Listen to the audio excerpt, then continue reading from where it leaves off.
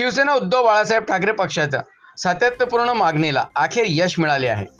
पहलगाम अतिरेकी हल्ल्यात शहीद कुटुंबियांच्या न्यायासाठी लढलेल्या या लढ्याला मोठे यश मिळाले असून राज्य सरकारने शहीदांच्या कुटुंबियांना 50 लाख रुपयांची मदत जाहीर केली आहे।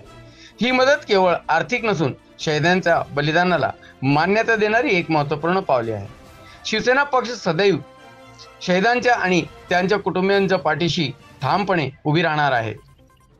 पहलगाम येथील हल्ल्यामध्ये महाराष्ट्रामधले अनेक नागरिक शहीद झाले होते आणि या शहीद नागरिकांच्या परिवाराला मदत मिळावी यासाठी आम्ही प्रयत्न करत होतो। महाराष्ट्र शासनाने 5 लाखाची मदत करण्याची घोषणा या परिवारांसाठी केली होती, परंतु ही मदत तुटपुंजी आहे असं आमची भावना होती आणि आम्ही महाराष्ट्र शासनाकडून 50 लाखाची मदत या परिवारांना मिळावी अशी मागणी केली होती आणि या शिवसेनेच्या मागणीला आज यश मिळालेलं आहे।